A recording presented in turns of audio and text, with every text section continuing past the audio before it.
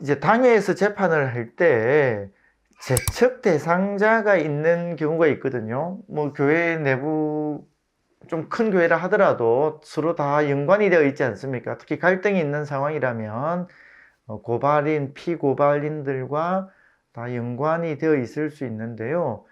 그런 경우에 제척이 되는지, 제척이 된 경우에 의사정족수는 어떻게 산정하는지가 논란이 될 수가 있습니다. 일단 제척 대상자가 되는지는 여러 관련 규정을 보고 판단을 해야 됩니다. 근데 이제 어떤 고발 사건의 피고발인이라든지 고발 사건의 원인을 제공한 사람이라면 피해자라고 주장을 한다면 그런 경우에는 이제 일반적으로 제척 대상이 된다고 볼 수가 있습니다.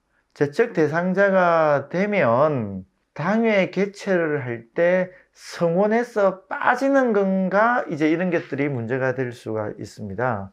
결론은 그렇지 않다라는 것입니다. 예를 들어서 장로가 4명인데 3명이 제척 대상자일 경우 3명이 제척 대상자라고 해도 당의 성원에 있어서는 포함이 된다라는 것입니다. 그러면 담임 목사 1명과 장로가 4명이니까 총 3명 이상이 출석을 해야 당회가 성립이 되겠죠. 특히 장로의 과반이 이제 출석을 해야 당회가 성립이 되는데 제척 대상자라고 해도 성원에는 포함이 되기 때문에 이 3명이 불출석을 하면 당회는 개최되지 못하는 것입니다. 이 3명 당사자들이 불출석을 해도 개최되지를 못하고 또 만약에 제척 대상자라는 이유로 아예 출석을 막아버리면 그런 경우에도 이제 당회는 개최될 수 없다라는 것입니다. 그럼 제척 대상자라는 게 무슨 의미가 있느냐라고 하면 당회를 개최하는 데에는 포함이 되어 있지만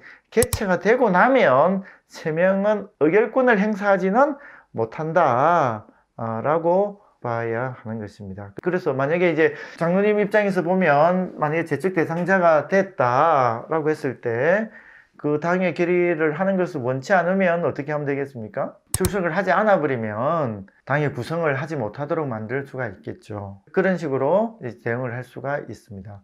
그런 경우에는 그럼 재판은 어떻게 해야 될까요? 노예의 위탁 판결을 청원을 해서 노예에서 재판을 하도록 하는 그런 절차를 밟도록 해야 됩니다. 그리고 우리 합동헌법에 보면 자주 논란이 많이 되는데요. 이제 고소를 할 경우에 화해 노력을 해라 이렇게 하는 것이 있거든요. 그냥 권면을 했는데도 잘 안 돼서 고소를 합니다라고 하는 진술서를 첨부를 하라라고 이렇게 되어 있습니다. 근데 이런 것을 첨부를 안 하면 어떻게 되느냐 하는 것들이 주로 많이 논쟁이 되는데요. 법원은 이렇게 봤습니다. 이 조항은 피해자가 직접 고소하는 경우에 해당하는 것이다. 제3자가 고발하는 경우에는 이 규정이 적용되지 않는다 이렇게 보았습니다. 그리고 피해자가 직접 고소하는 경우에도 이 규정을 지킬 수 없었던 여러 상황이 있었다라고 한다면 그것이 이제 무효라고 보지는 않는 경향이 있습니다. 근데 원칙적으로 일반적인 하자로는 인정이 되고 있으니 피해자로서 고소를 할 경우에는 권면을 하고 권면을 했는데도 해결이 안 돼서 부득이 이 고소를 합니다 라고 하는 진술서를 첨부를 해서 고소를 해야 합니다.